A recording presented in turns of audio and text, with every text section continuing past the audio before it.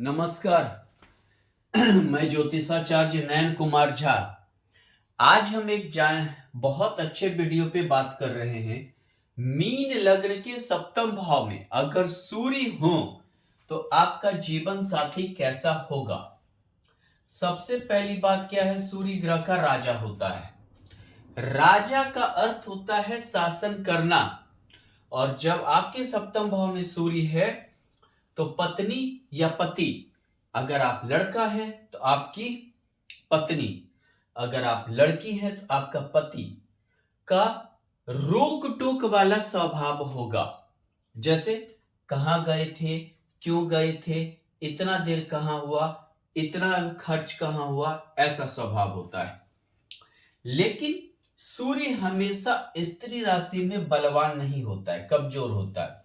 कन्या राशि में थोड़ा कमजोर होगा। सस्टेस होकर सूर्य बैठा है तो ये लड़ाई झगड़ा करवाता है। मतलब ये समझिए कि कभी कभी जो है जिसको बोलते हैं बदसलूकी करना, यानी गलत बिहेव के कारण लड़ाई झगड़ा होता है जीवन साथी के बीच में। यानी आपके जीवन साथी कुछ ज्यादा बोल सकते हैं, कुछ ज्यादा रोक टोक कर सकते हैं, जिसकी वजह से क्या है, लड़ाई की संभावना होगी, द्वंद्व युद्ध होने की संभावना होगी, और ये लड़ाई बढ़ सकता है। सस्टेज होकर है तो ये लड़ाई बढ़ सकता है। दूसरा, आपके जो जीवन साथी होंगे रोग का भाव होकर यहां बैठा है, यानी हेडेक, यानी कि माथा दर्द करना, हड्डी की कमजोरी होना, हड्डी संबंधी रोग होना इत्यादि से भी जूझेंगे।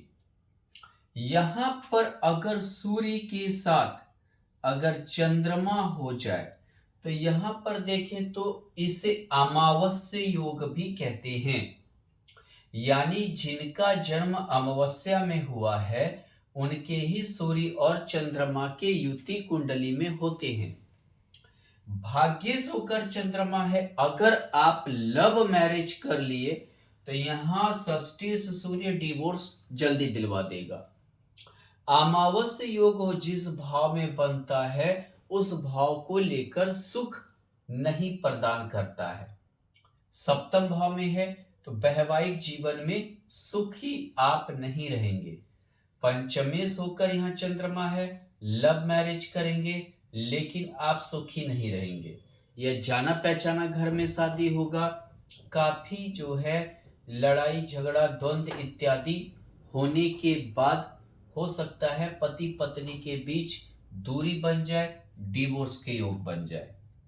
यहां देखें, अगर सूर्य के साथ मंगल है, मांगलिक कुंडली, यानी कि मार्केश होकर मार्केश में मंगल होना, भाग्येश होकर मंगल सप्तम भाव में होना, यानी अगर आप मांगलिक हैं तो वैवाहिक जीवन कुछ टिक सकता है, नहीं तो सूर्य मंगल के कारण परिवार का द्वंद्व, या समझिए कि मतलब अगर आप लड़की हैं तो आपके ससुराल वाले का द्वंद्व आपके साथ हमेशा चलता रहेगा, लड़ाई चलता रहेगा।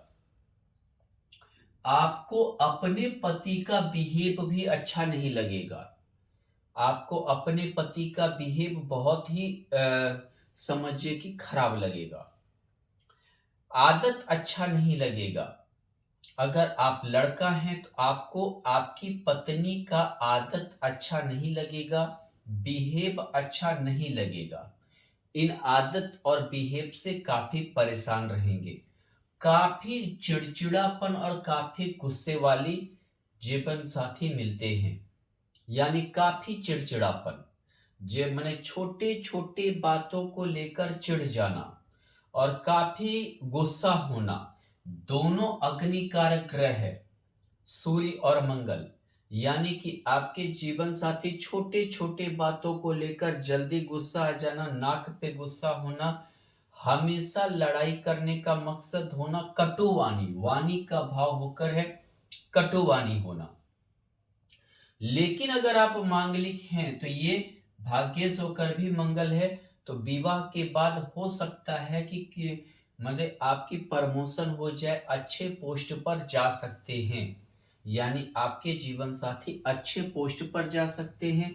विवाह के बाद उन्नति भी हो सकती है, क्योंकि यहाँ भाग्येश होकर है और आप दोनों मांगलिक हैं, तो ही ये चीजें संभव हों।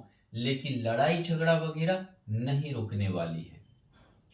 अगर आप यहाँ देखें, अगर बुध हो, बुध यहाँ उच्च का हो गया, बुध उच्च का हो गया, चतुर्थेश होकर हो गया, यानी कि ये समझिए कि चतुर्थ से चतुर्थ बुध होना आपका विवाह के बाद सूर्य के कारण प्रमोशन होगा और आपको अपना घर चतुर्थ से चतुर्थ अचल संपत्ति मिलने के योग बनेंगे।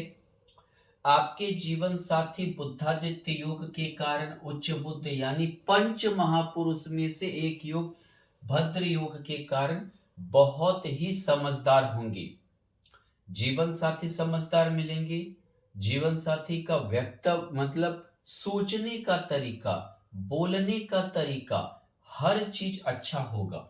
वो अपने दिमाग से, अपने समझिए कि विचार से हर चीज के सभी को प्रसन्न करके चलने वाले होते हैं और एक अचल संपत्ति भी मतलब कि होने का योग होता है। चाहे आप पैसा बचा के करें या पैसा समझिए कि आप में आपके जीवन साथी में बचाने की काबिलियत हो और संपत्ति खरीदने के योग को यह प्रबल भी करेगा।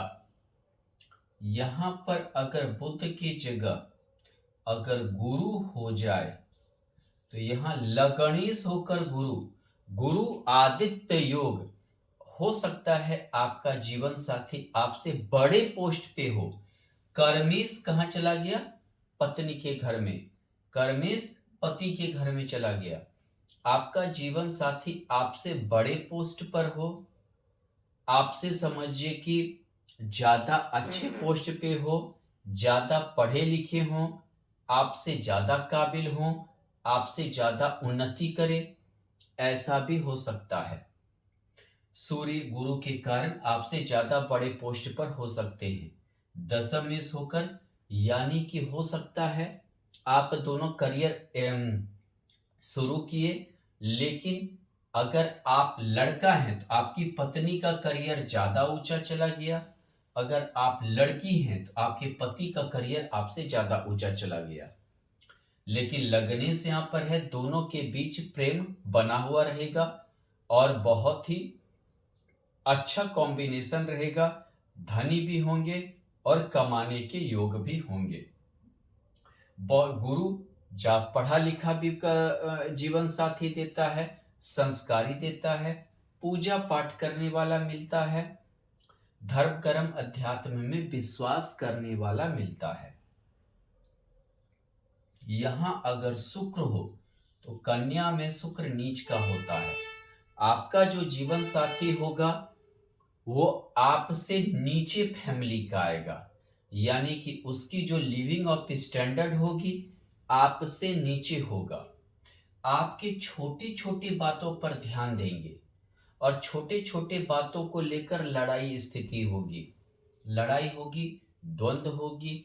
आपको हमेशा लगेगा कि आपका जीवन साथी आपसे हर चीज छिपाता है, छिपाती है और छिपाकर जैसे मायके की ओर, अगर आप लड़का हैं तो मायके की ओर खर्च करती है।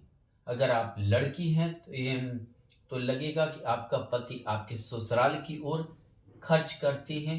जो चीजें आपको नहीं बताया जाता है नहीं बताते हैं, इस तरह के योग बनते हैं। लेकिन जीवन स्तर में आपका ससुराल आपसे नीचे होगा, आपसे काफी जो है उसकी माने आर्थिक पोजीशन खराब रहेगी नीच शुक्र के कारण।